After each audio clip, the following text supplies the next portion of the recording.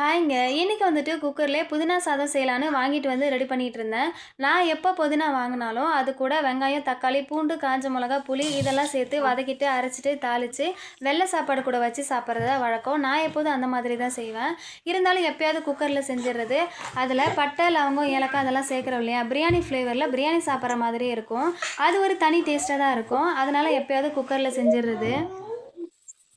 இதுக்கு வந்துட்டு first mixie ஜாரில் 2 கப் அளவு புதினா, 2 துண்டு இஞ்சி, 1 ஸ்பூன் சீரகம் சேர்த்துட்டு அரைச்சிட்டு அதில் சேர்க்குற மாதிரி இருக்கும். ஃப்ளேவருக்கு மஞ்சத்தூள், கரம் மசாலா சேர்த்துப்பேன்.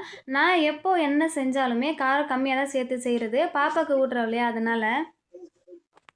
குழந்தைங்களுக்கு அம்மாவா இருக்கிற நம்ப, எதையுமே நமக்காகன்னு பார்க்கறதே இல்ல. நம்ம குழந்தைங்களுக்காக, நம்ம பிள்ளைங்களுக்காகன்னு எல்லா விஷயத்துலயும் பார்க்கறதுனால தான் அவங்களுக்கு ஒரு நல்ல அம்மாவா இருக்கோம்.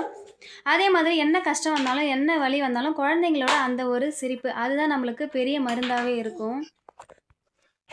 ஓகேங்க. நாளைக்கு பார்க்கலாம். பாய்.